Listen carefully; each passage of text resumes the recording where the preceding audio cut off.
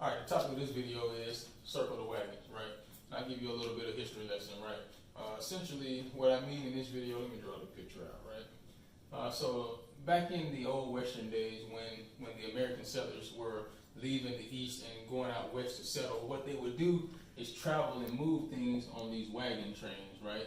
It would be wagon trains. And part of the hazard of these wagon trains were every now and then the Native Americans would come out from over the mountains or on the plains and attack these wagon trains. They would attack from all directions, right? The Native American, and they would attack from all directions, firing their bows and arrows, right? And riding up on horses and sometimes having guns, attacking the wagon trains, right? And oftentimes these people who were unorganized and moving in this straight line, they got picked off like sitting ducks, right? So when the Native Americans attacked, they picked these wagon trains off, right?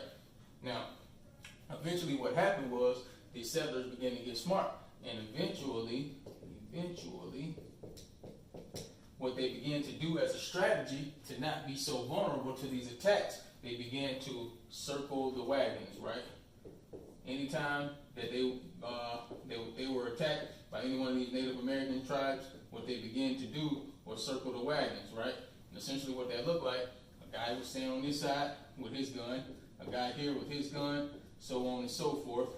And in that way, when they received these attacks from all different directions, they were able to weather the storm a little bit better. It wasn't perfect. Sometimes some of these people still got killed, but more of them survived in this situation when they circled the wagons than those than when they didn't circle the wagons and just got picked off one by one. The purpose of me giving this little history lesson as background so that I can kind of give you a modern metaphor for circling the wagons, right?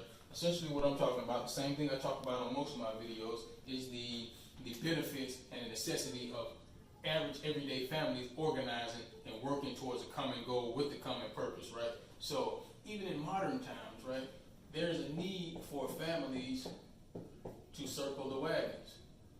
And the question is why? Because the family has always been attacked as well in a very similar fashion, right?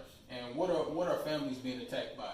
Well, they're basically being attacked by problems, right? Every day, in every different way, problems show up every day in many different ways, right? One problem could be a medical emergency, right? That's something that can destroy an individual or destroy a family that's not prepared to strategically handle these situations when they show up. Another problem could be, let's say, job loss. That's something that can destroy a family's financial wherewithal if it happens in a surprising manner to a group of people who have not prepared to deal with this stuff, right? So as far as the problems go, it can be any number of problems. Problem number 3, problem on up to any number of problems, right? Okay? So essentially what I'm saying is the families will be able to protect themselves a little bit better against any of these problems that arise if they're better organized and working together for a common goal and objective, right?